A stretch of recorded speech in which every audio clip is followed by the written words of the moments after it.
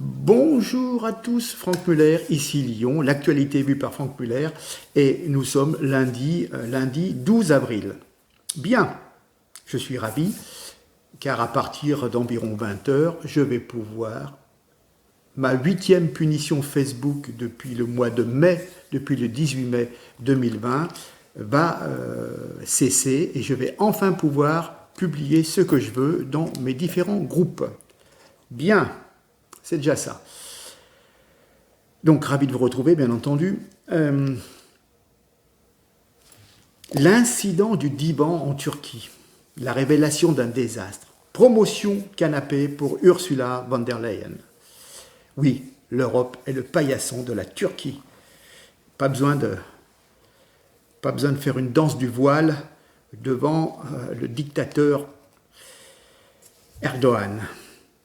Bien, donc humiliation, bien entendu, infligée par le dictateur islamiste turc aux représentants de l'Union européenne. Il a été fidèle à lui-même, affichant avec sa grossièreté coutumière son idéologie fondée sur les retrouvailles entre le nationalisme turc et l'impérialisme musulman. Il joue son rôle, celui d'un ennemi, non d'un partenaire. Le véritable sujet de scandale, c'est l'Union européenne. D'abord, cette visite au sultan était-elle opportune ? Il s'agissait de renouer des relations après une période de tension. Le mot tension est le type même d'euphémisme qui emploie le faible. Enfin, c'est ce qu'emploie le faible lorsqu'il ne veut pas affronter avec lucidité le comportement inacceptable du plus fort. La Turquie occupait légalement un tiers du territoire d'un membre de l'Union européenne, la République de Chypre. Cette situation devrait suffire pour que l'Union n'ait avec le pouvoir turc que des relations strictement nécessaires et distantes, mettant clairement fin à l'hypothèse d'une intégration de la Turquie à l'Europe. Et ça dure depuis des années. Cette Turquie pratique le chantage à l'immigration. Elle a annexé de fait une partie de la Syrie, est intervenue dans les opérations militaires qui se sont déroulées en Libye et également contre les Arméniens, dont elle refuse de reconnaître le génocide de 1915. Elle exerce une pression intolérable sur la Grèce et sur Chypre. Elle tente de s'emparer de ressources énergétiques qui se situent dans le domaine maritime de ces États et elle entretient avec la population turque immigrée, en Europe, un rapport de domination qui constitue une ingérence intolérable. Le retrait de la Turquie de la Convention d'Istanbul sur la prévention de la violence contre les femmes et les enfants semble le seul sujet d'inquiétude des âmes sensibles européennes. Mais ce n'est qu'un détail qui est cohérent avec le reste. Comment est-il possible que les Européens soient d'une pareille lâcheté ? L'incident du divan est en fait beaucoup plus grave que l'affirmation du sexisme islamiste. C'est la révélation, à ceux qui ignoreraient encore, que l'Union européenne est un désastre. Non seulement elle est politiquement soumise aux États-Unis, mais dans son idéologie et dans ses actes, elle affaiblit les nations européennes, surtout les nations les plus importantes. Idéologiquement, l'Union européenne ne veut pas être une puissance et se refuse au rapport de force. Autrement dit, elle nie sa raison d'être et la réalité de toute politique, qui est de laisser transparaître une certaine puissance et d'essayer de faire passer son opinion. Le spectacle offert par Madame von der Leyen, debout, interloquée, reléguée ensuite sur un divan au même niveau qu'un ministre turc, c'est l'image de l'impuissance européenne. Mais quelle est la légitimité des deux représentants humiliés à Ankara ? L'une est un ancien ministre allemand proche de Mme Merkel, l'autre est un ancien Premier ministre belge qui occupa ce poste grâce à la tambouille politicienne, je crois, de père en fils, spécialité de ce pays qui peut se passer du gouvernement central pendant longtemps, tellement celui-ci compte peu. À la tête du Parti libéral wallon minoritaire en Wallonie, elle-même minoritaire en Belgique, il a été néanmoins Premier ministre, M. Michel. C'est la signature du pacte de Marrakech qui a mis fin à la coalition étrange qu'il conduisait. Cet homme même, Michel, cet homme même, lorsqu'il s'assoit, il se couche. En l'occurrence, à peine assis, ce monsieur, ce ministre, a étiré ses jambes et a affiché une satisfaction rayonnante. Voilà. Pour une fois qu'il pouvait jouer un rôle de premier plan dans un tel décor, devait satisfaire son ego. Il n'en espérait pas tant, même dans ses rêves, les plus fous. Un homme bien élevé aurait cédé son siège et mis Erdogan dans l'embarras. Lui ou elle, Ursula, les deux ensemble auraient dû transformer volontairement l'incident en crise diplomatique en mettant fin à la mise en scène turque et en quittant le théâtre. Mais que voulez-vous, les personnages propulsés au premier rang de l'Europe sont systématiquement des gens qui sont évincés chez eux. Barroso, Juncker, Tusk, Michel, ils n'ont aucune légitimité face à de vrais élus, mais débordent du bonheur de pouvoir se montrer et d'avoir un semblant de responsabilité. Voilà, c'est surtout la triste vérité. Alors, il est quand même intéressant de savoir que, comment dire, il y avait une question de préséance quand même. Ursula est nommée, elle n'est pas quelqu'un qui est élu. Donc, dans la préséance de l'État, il est certain que peut-être on n'allait pas lui donner, comment dire, une place de premier plan. Elle n'est pas chef d'État. Mais bon, la politesse aurait voulu quand même qu'elle ait un fauteuil comme les autres, parce que c'était un binôme qui venait se présenter au patron. Donc, qui venait se présenter au patron Erdogan. Voilà. Excusez-moi, mais ça doit être le printemps, l'allergie. Donc voilà. Ceci étant dit, voyez, en fin de compte, faire l'Europe pour être beaucoup plus fort. Et en fin de compte, on affiche une éternelle faiblesse. Bien. On va en venir à nos amis algériens, puisque en fin de compte, nous sommes leurs meilleurs ennemis, un ennemi éternel. Bon. Alors, un ministre algérien traite la France d'ennemi traditionnel et éternel. Réaction d'Emmanuel Macron, aucune, bien sûr, il ne veut pas nuire à la réconciliation promue par Benjamin Stora. Mais alors, si on est vraiment ennemi, que foutent les flopés d'Algériens qui vivent en France et qui vivent et qui mangent grâce à la France, grâce au travail qu'ils font en France, mais aussi grâce aux aides et aux allocations qu'ils touchent en France, qu'il y a 30 ans, leur pays ne donnait pas. Donc c'est durant une séance de questions orales au Conseil de la Nation, qui correspond au Sénat, le 8 avril, il est interpellé par un sénateur sur les déficits de la Caisse nationale des retraites de l'Algérie, et ce ministre du Travail algérien, El Hakemi Jahaboud, s'est justifié en disant « Pour moi, tout ce qui est du déficit de la CNR, je voudrais dire que toutes les caisses de retraite dans le monde souffrent. Je peux vous donner quelques chiffres que l'on peut vérifier sur Internet. Notre ennemi traditionnel et éternel, la France, a un déficit de 44 milliards d'euros dans sa caisse des retraites. Alors j'ouvre une parenthèse. Si on s'abstenait de verser des retraites à des gens qui sont morts depuis des années au bled et dont on n'a pas vérifié s'ils étaient en vie, on continue à payer des retraites à des gens qui sont peut-être enterrés depuis 10 ans, déjà notre déficit serait réduit. Parce que ces retraites qui sont indûment versées, elles font vivre plein de familles. Donc déjà, ce monsieur aurait mieux fait de fermer sa grande bouche. Voilà. Mais enfin, quand on dit l'ennemi éternel, c'est une étrange justification pour évoquer ce conflit. D'abord, un ennemi, il faudrait pouvoir justifier d'une relation internationale déjà depuis plus de 150 ans. Puis, de toute façon, l'erreur vient des Algériens. Je veux dire, s'ils sont en déficit, c'est pas la faute des Français. Alors pourquoi toujours être obligé de mettre la France dans ce dossier Alors j'en reviens. L'éternité, non. L'Algérie n'existe en tant qu'État que depuis 1962. C'est une éternité qui est quand même relativement très courte. Des ennemis, mais les Berbères en ont eu depuis l'Antiquité. Les Romains qui étaient italiens, les Vandales qui étaient allemands, les Byzantins qui étaient grecs, les Arabes qui étaient arabes et qui ont éradiqué les Berbères, les Ottomans ensuite qui étaient turcs. Une belle brochette d'envahisseurs européens et asiates, si vous voulez, algériens, vous avez la mémoire courte. Car tous les autres ont été vos ennemis pendant beaucoup plus longtemps. Les maudits Français qui édifièrent ce pays et qui lui donnèrent son nom en 1830, ben oui, ça a duré qu'environ 130, 132 ans. Donc c'était les ennemis, si vous voulez, mais le plus court en durée. Hein. Donc ce n'est pas des ennemis éternels. Hein.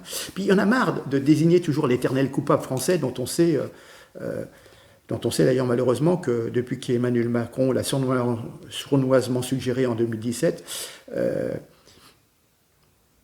nous sommes de grands génocidaires du peuple algérien, bien entendu. Hein. Macron à Alger, le génocide. Voilà. Bon, ce monsieur Hakemi Djahaboub peut-être était descendant d'un oppresseur arabe qui est venu soumettre les Berbères. Hein. Voilà. Mais la mauvaise conscience française doit être entretenue en France et toujours dénoncer cette colonisation, un crime contre l'humanité. Oui, voilà. Ça devrait durer toujours. Hein. Voilà. Mais oui, mais c'est une astuce. On désigne toujours un ennemi éternel et c'est ainsi qu'on force et qu'on maintient une nation. Rappelez-vous qu'au temps de la guerre de 1870, on avait perdu l'Alsace et la Lorraine et donc on dénonçait toujours, si vous voulez, un ennemi héréditaire qui était les Allemands, les Prussiens, et on a forgé la France par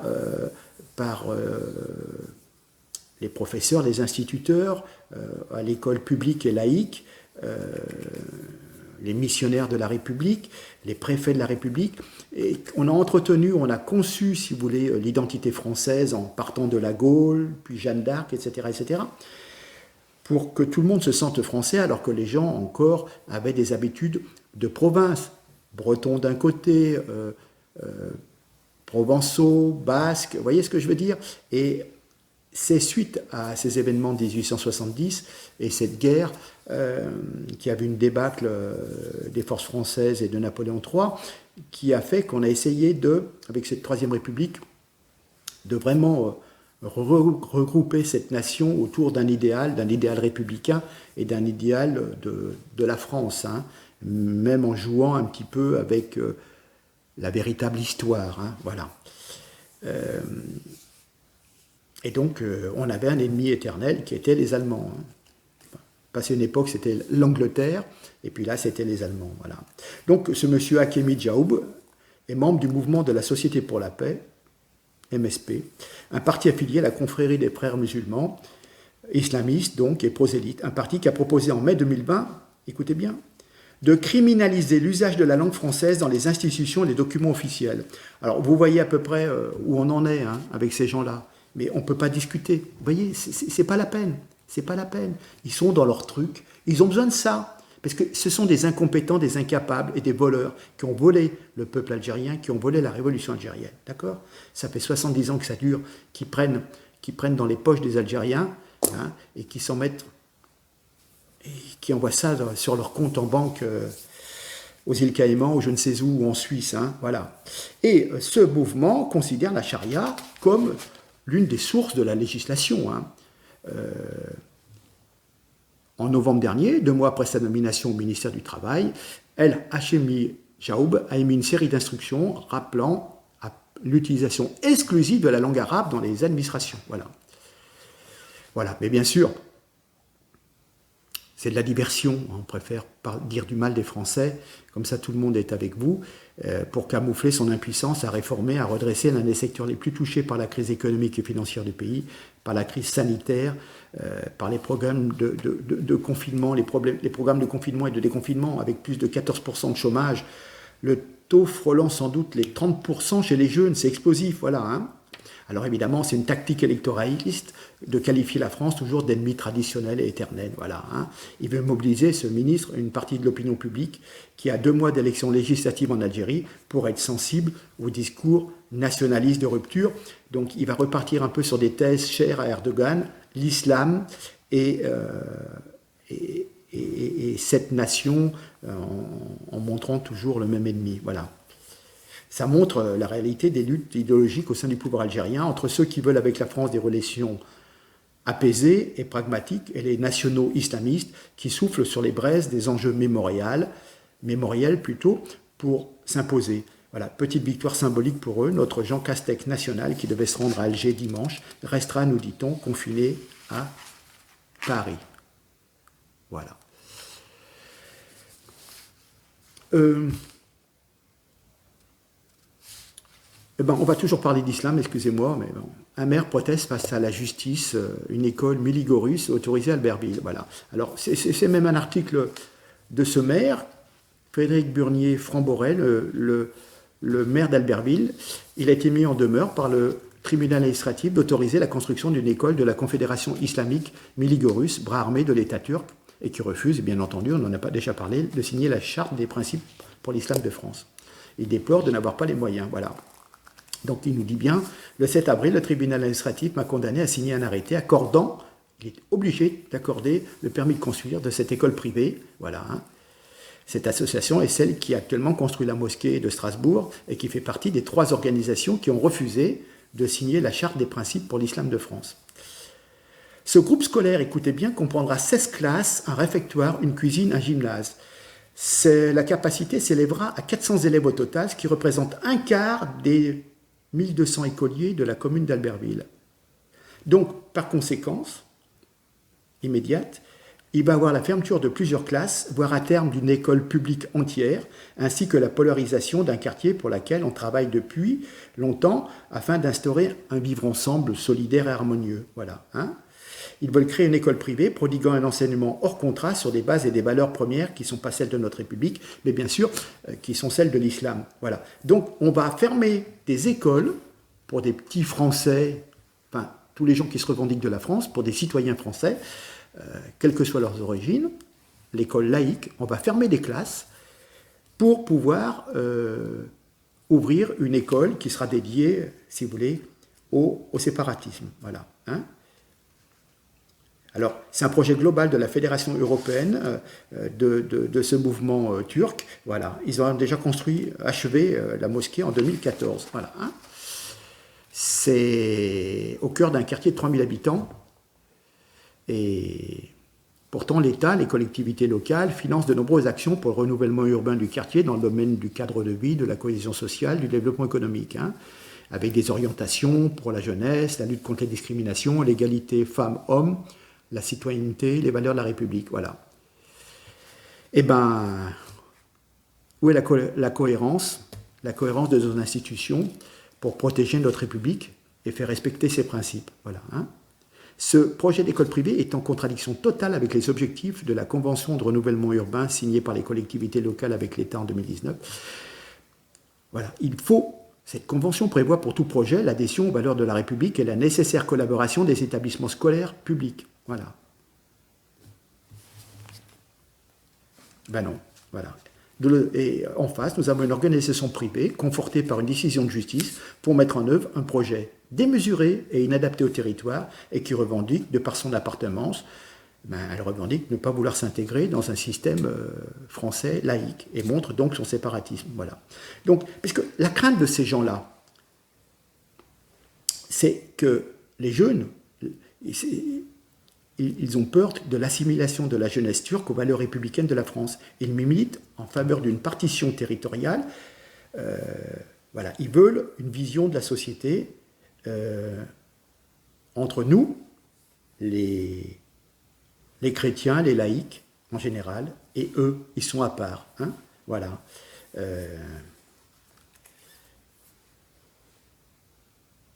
Alors,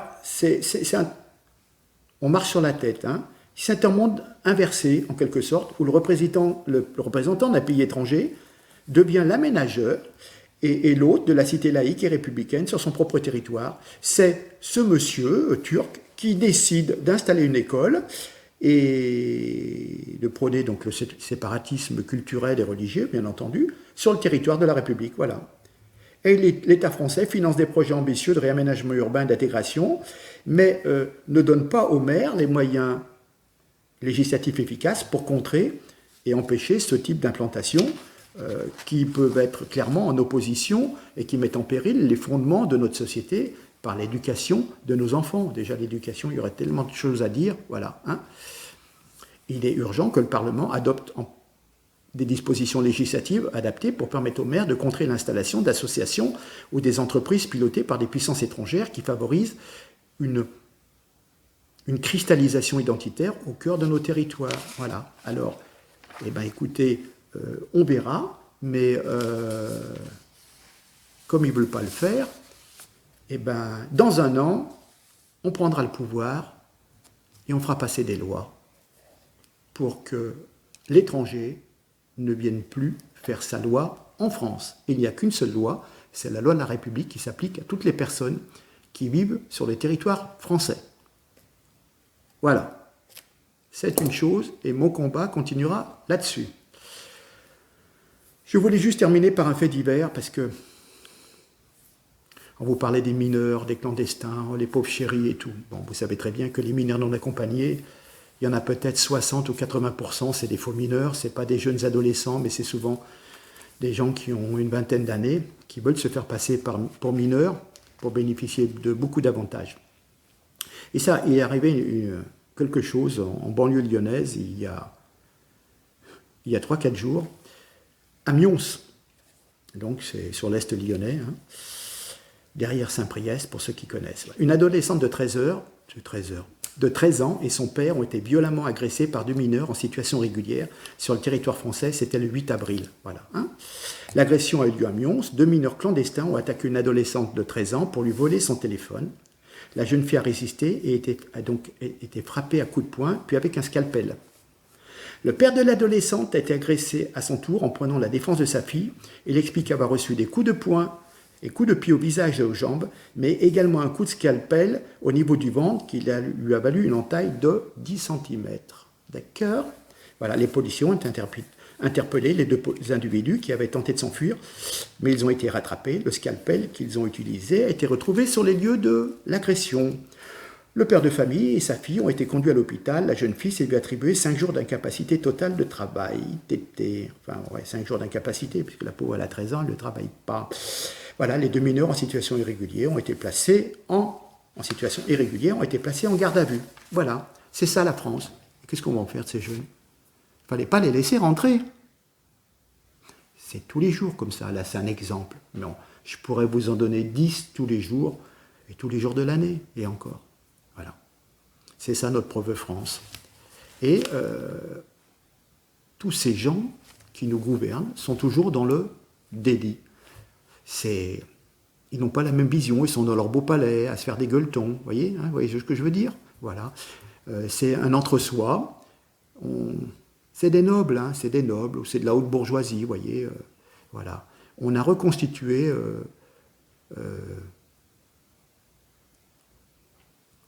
un royaume avec un autoritarisme, un monarque, et puis toute une élite autour, voilà, qui font des petits gueuletons.